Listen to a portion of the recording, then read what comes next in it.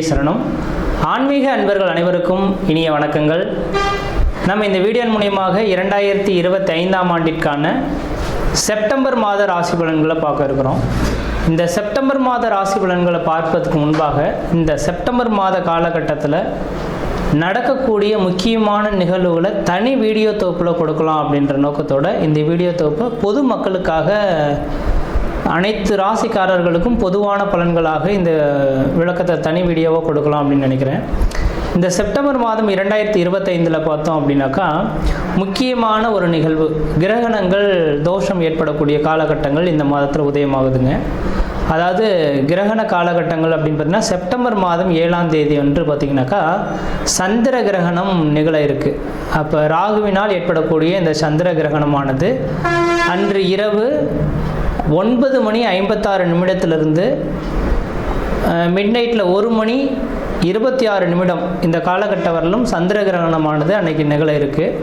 இது பூரணமான சந்திர கிரகணம் அப்படின்னு பார்த்தோம் அப்படின்னாக்கா முழுமையான சந்திரகிரகணம் பிடிபட்ட காலகட்டங்கள் எப்பொழுது அப்படின்னாக்கா தொடங்கக்கூடிய காலகட்டம் 9:56 தொடங்கி 1:26 மிட் நைட்டில் சந்திர கிரகணமானது முடிய போகுது.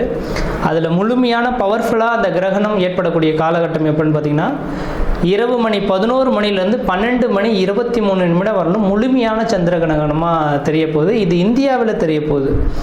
இதுக்கு முன்பாகலாம் நடந்த கிரகணங்கள் பார்த்திங்கன்னா போன வருடத்தில் நடந்ததெல்லாம் வெளிநாடுகளில் நடந்ததுனால நமக்கு எதுவும் பாதிப்புகள் இல்லை.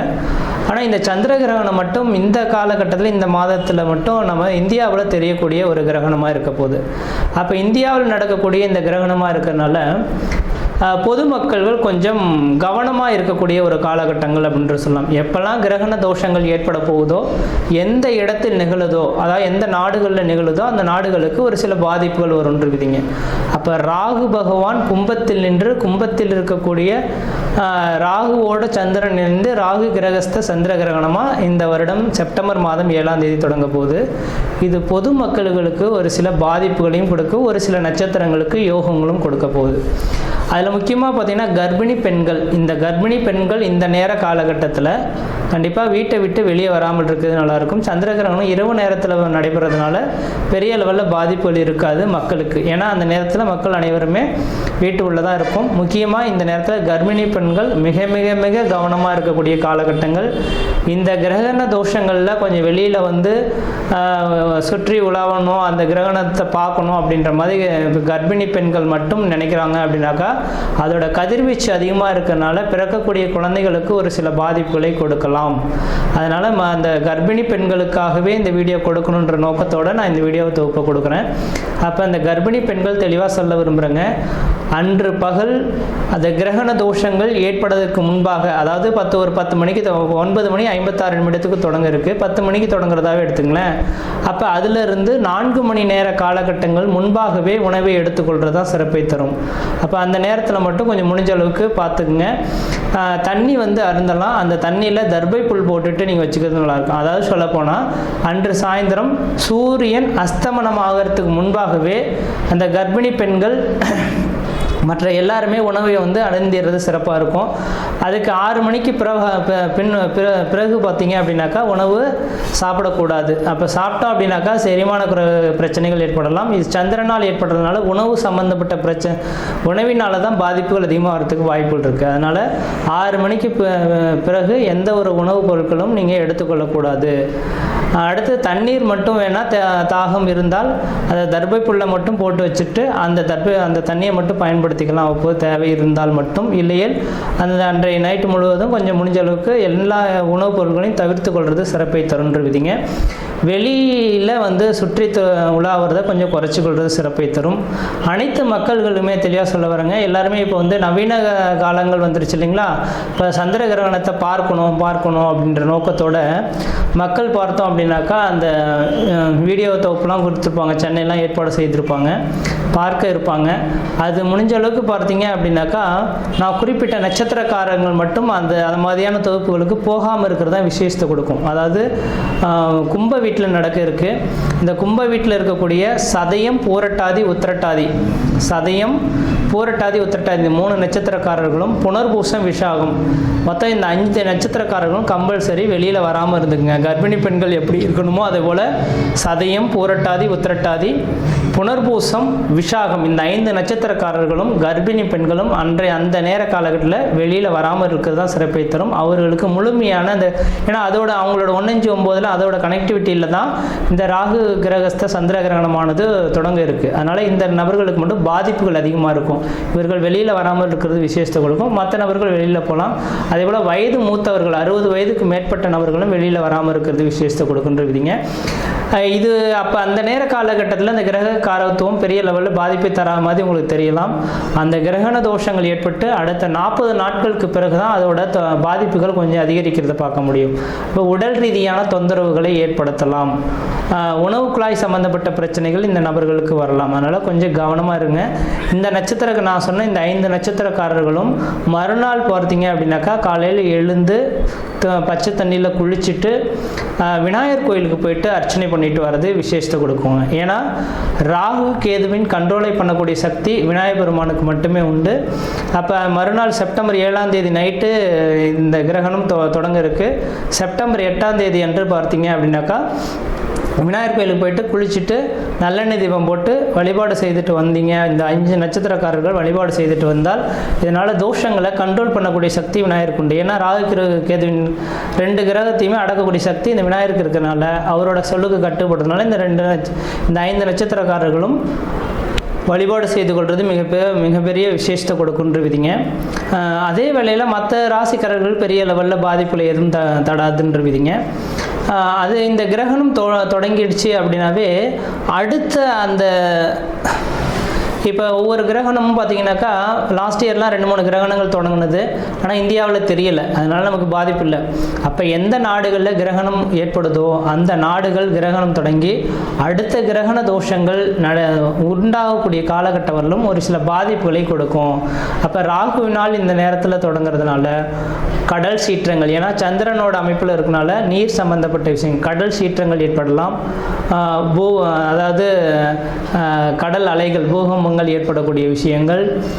அதே போல் பார்த்தீங்கன்னாக்கா அந்த நெருப்பினால் பாதிப்பு, விமான விபத்துக்கள், இது மாதிரியான ஒரு சில பாதிப்புகள் ஏற்படுத்துறதுக்கான வாய்ப்புகள் உண்டு.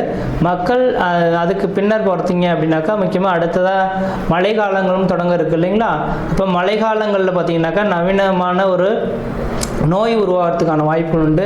நோய் தொந்தரவுகள் மக்களுக்கு வரதுக்கான இந்த கிரகண தோஷத்தினால மக்களுக்கு அதிகப்படியான நோய் தொந்தரவுகள் ஏற்படலாம். நீரினால் பரவக்கூடிய நோய்கள் அதிகமாக உருவாகிறதுக்கான வாய்ப்பு உண்டு. அப்போ மழை காலங்களில் மக்கள் குடி தண்ணீர்களை சுத்தமாக வச்சுக்கணும். மழை அதாவது வெள்ளப்பெருக்கு அதிகமாக ஏற்படக்கூடிய இருக்கக்கூடிய இடங்களாக இருந்தால் தன்னோட வீட்டை கொஞ்சம் கவனமாக வச்சுக்கிறது, தண்ணி புகாத அளவில் இந்த வடிகால் வசதிகள்லாம் ஏற்படுத்தி கொடுறது விஷயத்தை கொடுக்கும். நான் இது சொல்லும் போது தேவையில்லாத விஷயம் இதெல்லாம் எதுக்கு அப்படின்னு நினைப்பீங்க. இதை அனுபவிக்கும் போது தான் அதோட பாதிப்புகள் தெரியும்.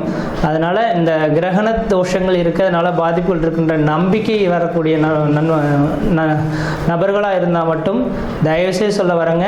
அடுத்து கரெக்டாக இப்போ செப்டம்பர் 7ஆம் தேதி இந்த கிரகண தோஷம் ஏற்படுது. அதுலேருந்து 40 நாட்கள் அப்படின்னாவே அடுத்து கரெக்டாக மழை காலங்கள் தொடங்கக்கூடிய காலகட்டமாக இருக்கும்.